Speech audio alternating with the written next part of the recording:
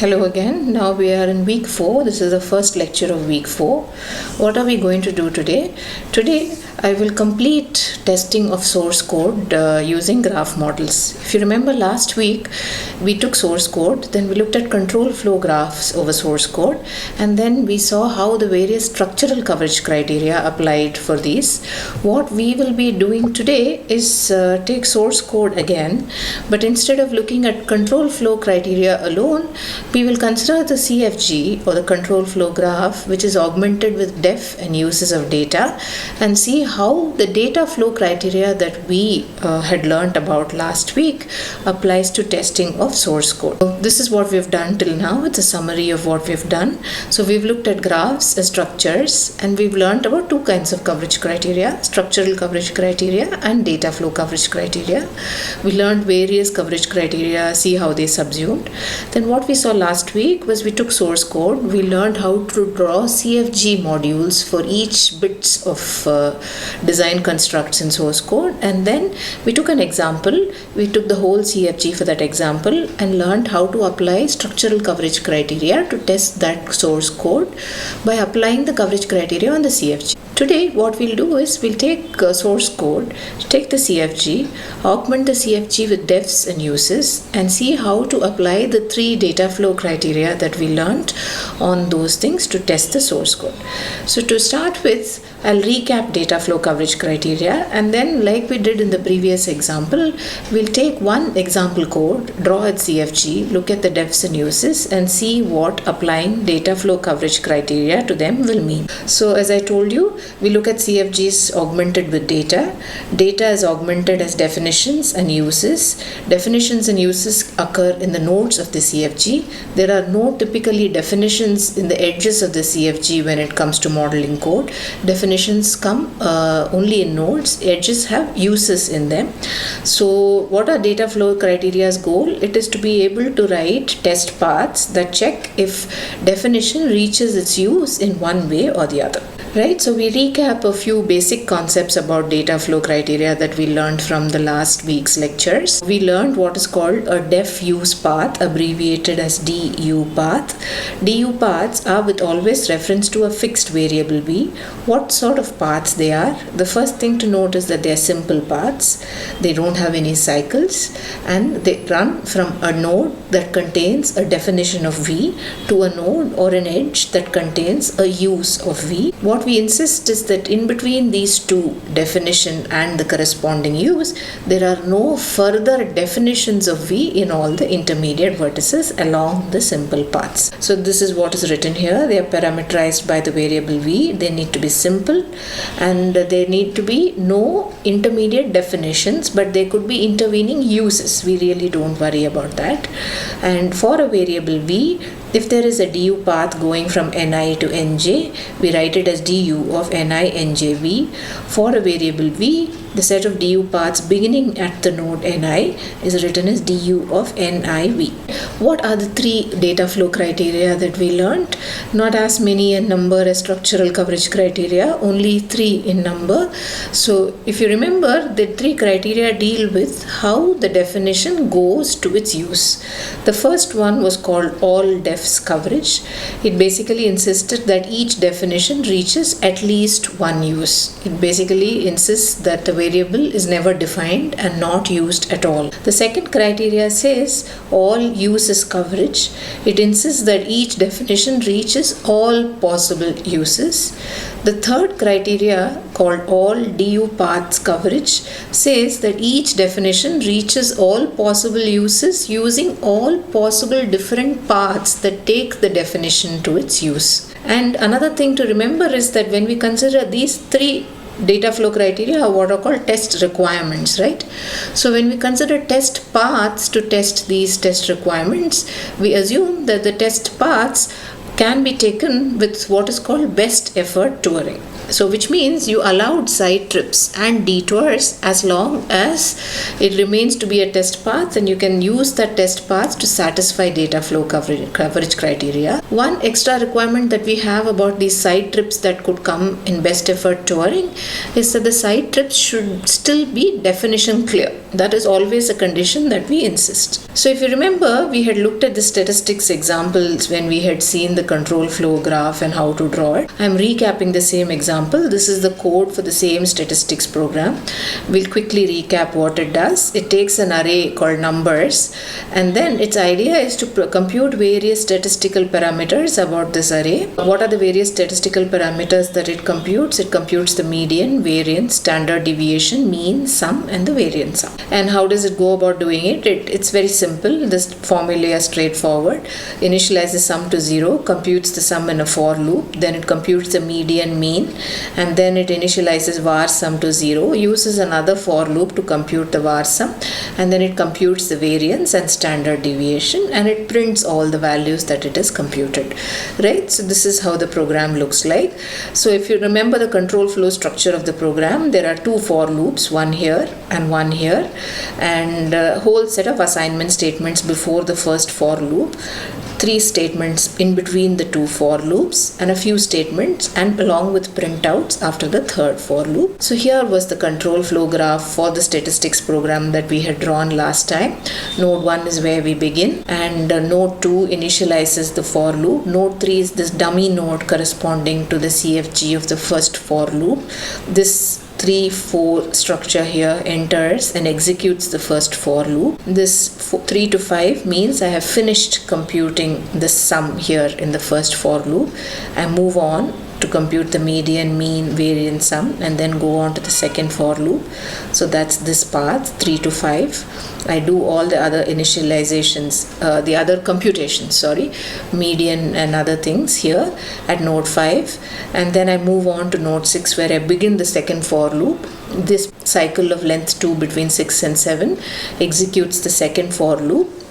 And when I take from 6 to 8, I finished my execution. 8 is the node where I go ahead, compute these var, standard deviation, and do all these printouts. So in the CFG that we have drawn here, corresponding to the statistics program, we've given labels corresponding only to the length I. I've retained the same structure that we used it in the last module. We've not given all other labels just to reduce clutter. But I hope you remember what labels node 1. The statements that label node 1 are all these statements before the beginning of the for loop. 2 begins the for loop, 3 to 4 executes the for loop, 3 to 5 comes out of the for loop. At node 5 we do all these computations, median, mean, initialize var sum. Node 6 begins the second for loop. The cycle 6 to 7 executes the second for loop. 6 to 8 exits the for loop. At node 8 we compute var, standard deviation, and do all these printfs, right? So that's the CFG. So if you look at the CFG, it depicts plain control flow graph. My goal is to be able to augment the CFG with data information, specifically with information about definitions and uses of data. That's what we're going to be able to do it. Again, what I have done is I've drawn tables where I have taken nodes from the CFG. We'll go back to the control flow graph. If you see, the nodes are numbered 1, 2, 3, 4, and so on up to 8.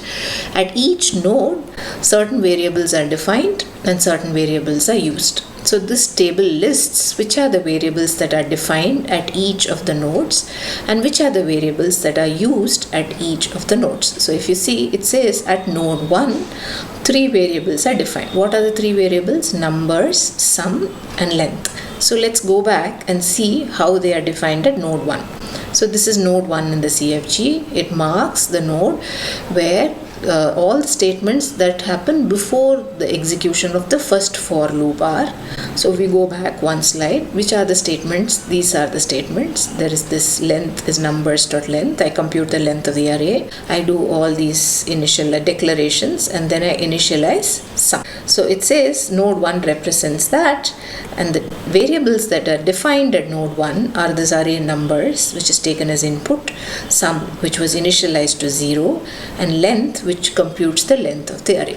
So that's what these statements correspond to. Numbers, which was taken as input, length, which computed the length of the array, and sum, which was initialized to 0. So it says at node 1, which corresponds to those statements, these are the definitions. What are the uses at node 1? It says the array numbers is used at node 1. Why is that so? If you go back to the statement, we have this statement, right, which says length is numbers.length. So it says you compute the length of this array numbers and set it to the variable length. So the numbers as an input, as a variable, which is an array data type, is also used at node 1, right? Node 2 is very simple. It initializes the index corresponding to the for loop. So the only variable that is defined at node 2 is I. Nothing is used at node 2. We go back to the CFG, see node 3. You remember node 3 corresponds to the beginning of the for loop. And in the module where we discussed how to draw control flow graphs corresponding to loops, I told you that CFGs corresponding to loops will always have a dummy node. Dummy node in the sense the node that is meant for the loop to come back to. 3 is such a node. Because 3 is a dummy node corresponding to the for loop, there are no definitions and no uses at node 3. So this whole row is left blank. I move on. At node 4, what happens? The for loop gets executed. Let's go back to the code and see which is the statement that gets executed in the for loop. That is this. So it says take the variable sum, add the value of the next number that you find in the array numbers to the sum, and keep repeating it for the entire length of the array. So the definitions at sum at node 4 are sum, because it is set back to sum and I. And what are the uses? Uses are the array numbers, I, and sum again. Is that clear? At node 5, what happens if you go back to the CFG? Node 5, we are out of the for loop, which means we finished going through this array, computed the sum of all the numbers that we found in the array. We are out of this for loop. We are doing these 3 statements. We are computing the median, we are computing the mean, and we are initializing var sum. So the defs at node 5 are median, mean, var sum, and I. Why is I there? I is there because I still came out at node 5 when I exceeded the number of iterations of the for loop. So I still gets defined at node 5. The last increment of I happens at node 5. So the defs at node 5 are all these. The uses at node 5 are numbers, length, and sum, because these statements use those variables to be able to compute the mean, median, and initialize var sum. So the defs and uses at node 5 I hope are clear. Node 6, if you go back, again is a dummy node that corresponds to the loop. So there is no defs or uses for node 6. I move on like that. Node 7 corresponds to the execution of the second for loop. So the defs at node 7 are these. The uses at node 7 are these. If you remember, node 7 was inside this for loop where this is computed. Var sum is computed. What do I use here? I use the variable mean. I use var sum, which are initialized to 0 here, and I use the array number. What do I use them for? I use them to define var sum once again. So that's what this table indicates, right? I use var sum numbers I and mean, and I define var sum, and I also increment I in for the for loop, so that also comes as definitions. At node 8, I am out of this for loop and I do all these statements, right? So the defs and uses at node 8 are like this. I define variance and standard deviation, and I print out all these values. So because I print out all these values at node 8, they all come as uses of node 8. So is it clear, please, how this table is arrived at? I take the CFG, list all the vertices of the CFG per vertex. I go back and see what are the definitions, what are the uses. So what we do now is repeat this exercise for the edges of the CFG. Remember, when we talk about edges of a control flow graph, there are no definitions associated with edges of a control flow graph corresponding to code.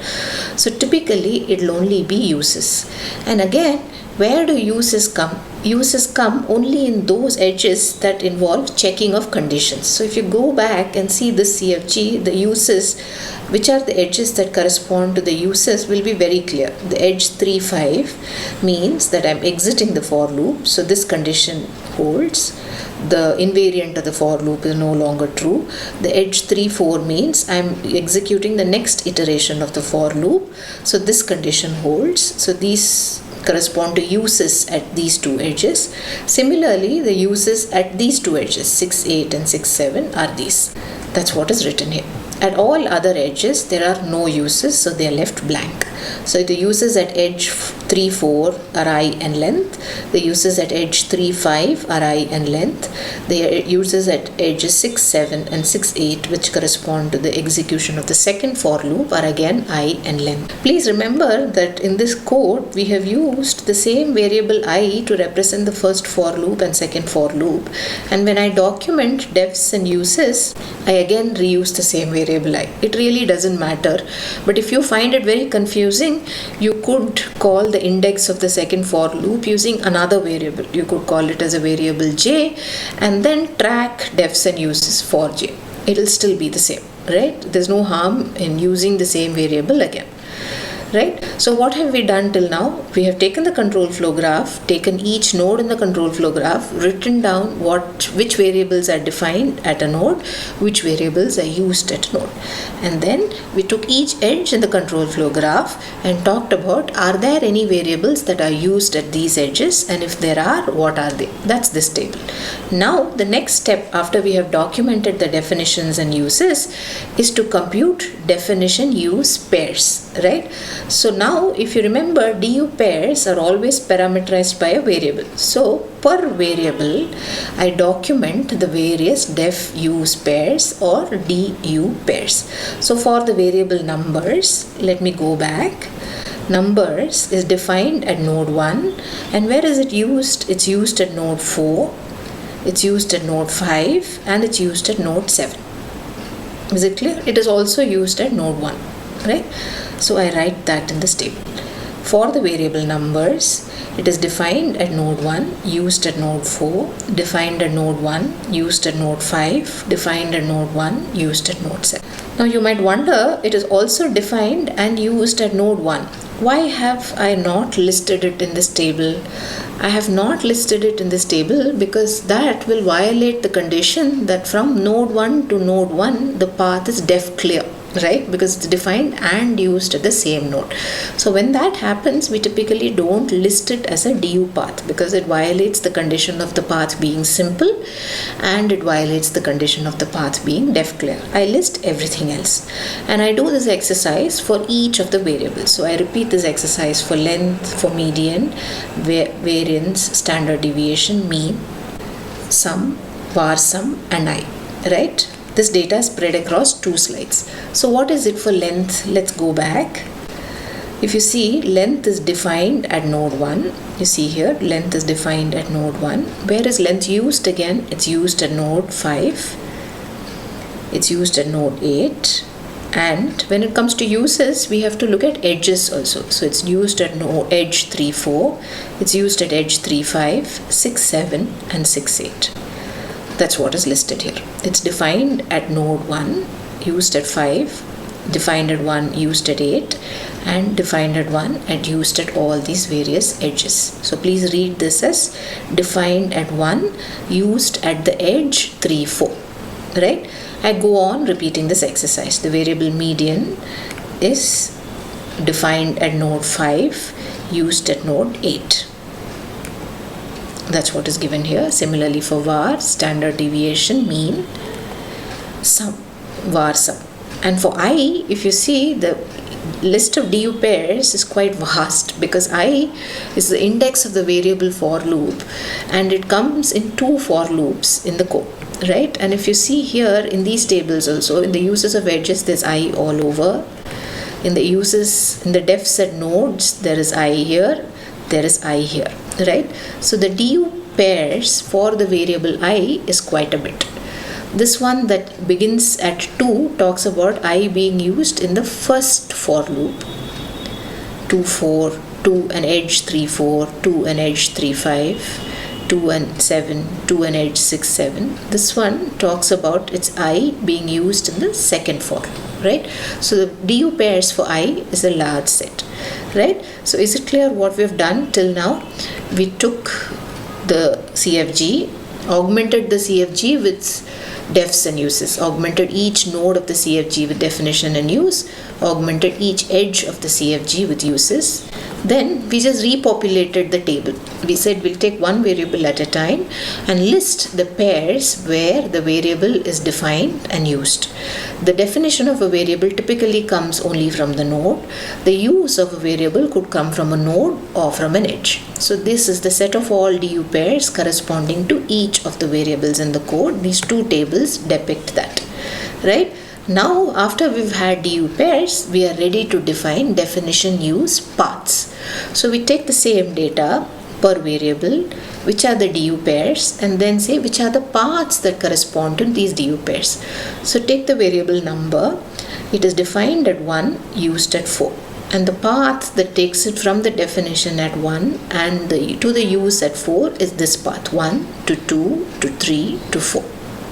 Similarly, the variable number is defined at 1, used at 5, and the path that takes it from the definition at 1 to the use at 5 is this path, 1, 2, 3, 5. Take the variable number defined at 1, used at 7, and this is the path, 1, 2, 3, 5, 6, 7, that takes the definition of the variable 1 number from its definition at 1 to its use at 7.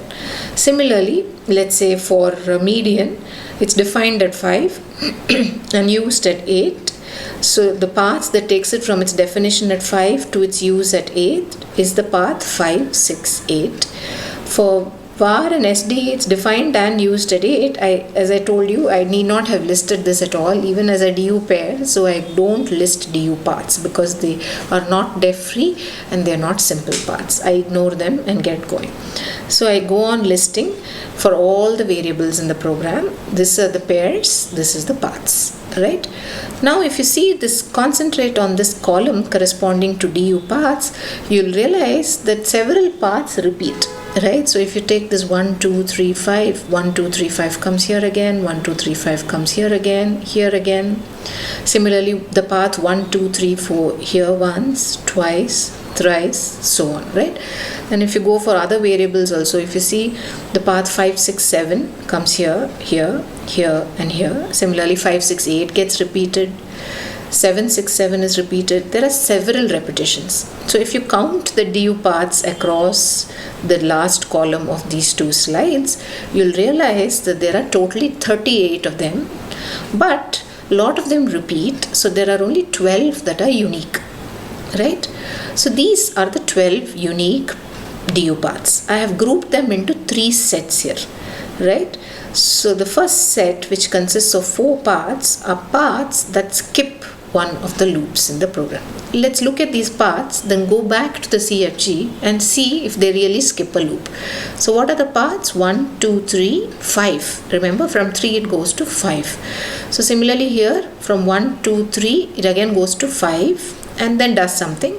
From 3 it again goes to 5, and from 5 it goes to 6 and 8. So we'll go back now to the CFG and trace out these paths. So 1, 2, 3, 5. It does skip the for loop. Then 1, 2, 3, 5, 6 enters, but it didn't take 7, went to 8. So it skipped the second for loop. These 4 paths correspond to paths that skip the loop, right? The remaining paths 1, 2, 3, 4, 1, 2, 3, 4, 6, 7, 4, 3, 4, 7, 6, 7, 4, 3, 5 and 7, 6, 8. What do? They require at least one iteration of the loop. So we'll go back to the CFG. 1, 2, 3, 4. I've entered the loop. I do 3, 4. I have iterated, because once I enter 4, the only way to come out is to execute the loop once. Similarly, once I enter 6, the only way to come out is to execute the loop once. And I don't go back to 4. I go to 3 instead. So these paths need one iteration of the loop. The remaining parts, which talk about 4, 3, 4 and 7, 6, 7, talk about walking in the loop. I'm again going back to the CFG, 4, 3, 4. So when I do 4, 3, 4, I've come back into the loop. So I'm taking the second iteration of the loop. Similarly, when I do 7, 6, 7, I have come back to the loop. So I'm taking a second iteration of the loop.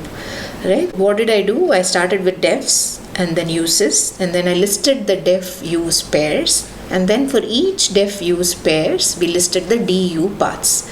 Several of these DU paths were repetitive. So there were only 12 unique DU paths. It just so happens that they correspond to, some of them correspond to paths that skip a loop. Some of them correspond to paths that require at least one iteration of the loop. And the rest of them correspond to paths that require 2 iterations of the loop. It's only these DU paths that we need to cover. This information that I told you actually tell you what those paths mean. They actually mean something like prime path coverage or loop coverage here. Because if you see, they nicely skip the loop, require at least one iteration of the loop, and require more than one iteration of the loop. Right? Now what we will do is we'll go ahead and write test cases that execute these DU paths. Right? So what do the test case look like? I want to focus on writing test cases for each of these groups. So I'll write test cases for paths that require at least one iteration of a loop. I'll write test cases for paths that require 2 iterations of the loop. And I'll finally write test cases for paths that skip a loop. There's a reason why I want to put this at the last. It will become very clear soon. So the first test case that I write is for paths that require at least one iteration of the loop. It so turns out that a very simple test case is enough to do this. The simple test case is the array is just this. It has just one number, so its length is 1, and the single number that it has, let's say, is 44, some positive number. So is it clear? The array is just an array of length 1 containing a single number 44. And what is the test path that it takes? It happens to take this path 1, 2, 3, 4, 3, 5, 6, 7, 6, 8. Please remember that this is a test path. A test path by definition has to always begin in an initial node and end in a final node. So we'll remember this, if I do 1, 2, 3, 4, I'm entering the loop.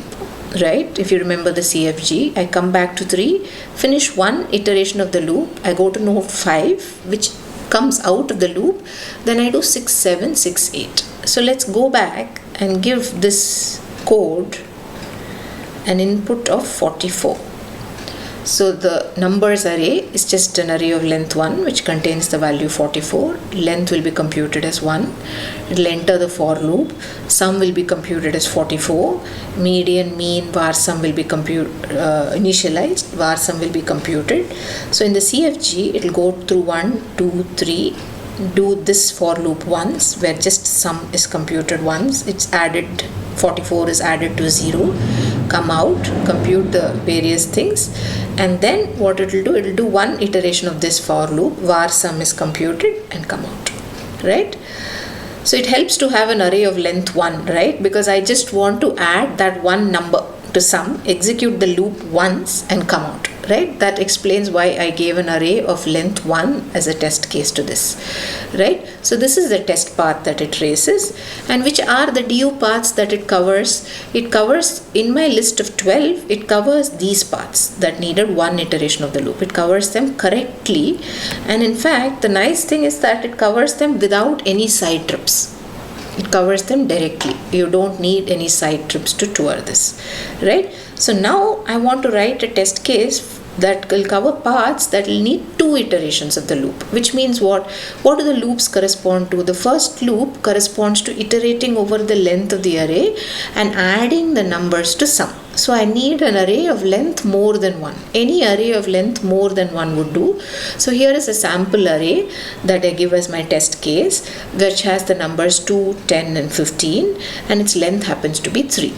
Right? Because it has 3 numbers, what it will do when it executes the code is it will take this for loop 3 times and this for loop 3 times, because it has to go and add the 3 numbers that it finds across the array to the variable sum in this for loop, and in this for loop it has to compute var sum, right? So what it will do is it will take this paths, it will add the first number, it will add the second number, it will add the third number, go through this for loop more than twice, come again here, go through this for loop also more than twice, because there are 3 numbers in my array, right? So the test path that this one takes will look like this. So it does 1 2 3 4 3 4 3 4, where the 3 numbers are added here in the 3 iterations of the loop, first for loop, comes out of the first for loop, then computes var sum by doing 3 iterations of the second for loop, 6 7 6 7 6 7, comes out of the second for loop, at 8 it prints, right? So in this it covers the paths 434 and 737, which required at least 2 iterations of the loop. Now if I go back and take this segmentation of DU paths, I have finished writing test cases for paths that require 1 iteration of the loop, finished writing test cases for paths that require 2 iterations of the loop. What is pending? Test case for the path that skips the loop. So if you see, what will happen if we write a test case for path that skip a loop? What sort of a test case will that be? That will be an array of length 0, right? What will happen if we give an array of length 0? Let's go back and look at the code. There will be a fault in the code now. Probably the first fault that we are seeing through the span of this course. You will get to see little more faults, which are always interesting to find in testing. So if you see right here, what will happen if I pass a parameter of length 0? Right? I do this, I pass a parameter of length 0, I come here, initialize I to 0, I less than length, it will fail. So an exception will be produced, and the code is not meant to handle arrays of length 0. So the method will fail with index out of bound exception. So I found a fault. So what was the fault in the code? The fault in the code was very simple. The code didn't handle the corner case of what will happen if an array of length 0 is given as input to the code. So the code was computing all the statistical details correctly, it just didn't handle one corner case, and that is the fault that we have found by applying data flow coverage criteria to this code. So I hope walking through this example in detail would have helped you to learn how to apply data flow coverage criteria step by step and see if a fault, if it is there in the code, can be found. It just so happens that for this example there was a fault, and applying data flow coverage criteria helped us to find the fault. We are more or less done with looking at data flow coverage criteria. I would like to recap some of the points that I told you last week. One is, sometimes you're interested in asking how much have we covered in the code when I'll apply any of the 3 data flow coverage criteria. It so turns out that that's a tough problem to solve, usually undecidable, and there are several studies that exist for measuring data flow coverage criteria. We will not be able to look at such measurements in detail, but empirically it is known that suppose I take one of the data flow coverage criteria and I insist that 90% of this data flow coverage criteria needs to be done, right? It so happens that the coverage that it achieves is twice as high as those detected by insisting that I do 90% of branch coverage criteria. So data flow coverage criteria is indeed more effective, and these are purely empirical studies. You can look at these papers, which I talked about at the end of the previous lectures also, to look at more details about data flow coverage criteria. These two are very seminal old papers that introduced most of the data flow coverage criteria that we looked at throughout this course. And there is a latest survey on entire data flow testing techniques that is available, right? So what we'll do next time is we'll move on to design, how to model design as graphs, and how to look at data flow coverage criteria, right? Just to end, I took this statistical example from this textbook that we've used throughout this course. So when I see you for the next lecture, we'll move on from code to design and see how to apply graph coverage criteria for design. Thank you.